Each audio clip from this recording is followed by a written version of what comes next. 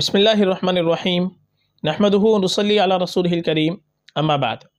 محترم ناظرین کرام، ایک صاحبہ ہیں دیا شاہ، ان کا سوال ہے حالہ نام رکھ سکتے ہیں، اس کا مطلب کیا ہے؟ جی، یہ جو نام آپ نے پوچھا ہے حالہ، حالہ یہ چھوٹے ہا کے ساتھ آتا ہے۔ حالہ اس کے معنی تو آتے ہیں چاند کا دائرہ، یعنی چاند کے ارد گرد جو روشنی ہوتی ہے اس کو حالہ کہتے ہیں، یا وہ روشنی جس نے آسمانی جسم یعنی ستارے وغیرہ کو جو گھیرے ہوئے ہوتی ہے اس کو بھی حالہ کہتے ہیں۔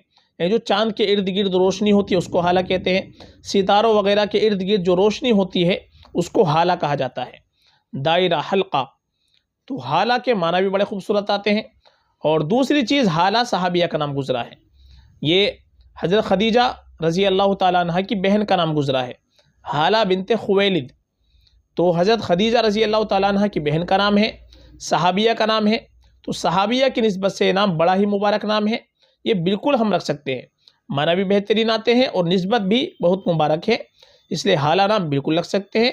یہ نام رکھنے میں کوئی خرابی نہیں ہے، بلکہ یہ نام رکھنا چاہیے، چونکہ اگر ہم اپنے بچوں کے نام، بچیوں کے نام صحابیات کے ناموں پر، نیک خواتین کے ناموں پر رکھیں گے تو انشاءاللہ ان کی نیک صفات ہماری بچوں کے اندر پیدا ہوگی۔ نئے نام آج کل بہت سے لوگ رکھتے ہیں، ہم کو ان کی پیروی نہیں کرنی ہے، بلکہ اگر آپ کو کوئی الگ نام بھی رکھنا ہے تو صحابیہ ہی کے نام آپ دیکھیں۔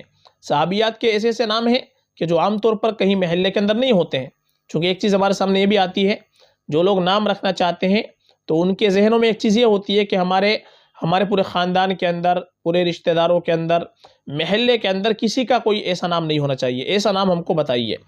تو اس وجہ سے بہت سے لوگ غیر اسلامی نام رکھ لیتے ہیں، آج کل ایسے نام رکھ لیتے ہیں جن کے کوئی معنی نہیں ملتے، کتابوں کے اندر کوئی معنی نہیں ہے، یا بے معنی نام ہے، مہمل نام ہے، غیر اسلامی نام ہے، غیر اسلامی نام بھی ہم رکھ لیتے ہیں نئے نام کی وجہ سے۔ تو نئے نام کی وجہ سے ہم کو اس طریقے کے نام نہیں رکھنے چاہیے۔ اگر آپ کو نئے نام بھی رکھنے ہیں یا الگ نام بالکل رکھنا ہے کہ جو کسی کا نہ ہو تو صحابیات کے آپ نام رکھیں۔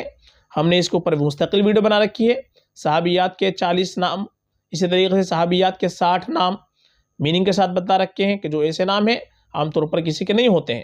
صحابیات کے بہت ساری صحابیہ ایسی ہیں کہ جن کے نام بہت سے لوگوں کو معلوم ہی نہیں ہوتا ہے، تو صحابیات کے آپ نام دیکھیں۔ جب بھی آپ کوئی نام رکھیں تو عالم سے تحقیق کریں، عالم سے تحقیق کرنے کے بعد تبھی آپ نام رکھیں، اور صحابیات کے نام، نیک خواتین کے نام پر نام رکھنے کی کوشش کریں، انشاءاللہ ہماری بچی میں اس کی نیک صفات بھی پیدا ہوں گی۔ تو یہ نام بالکل ہم رکھ سکتے ہیں، بہت بہترین نام ہے، فقط واللہ عالم۔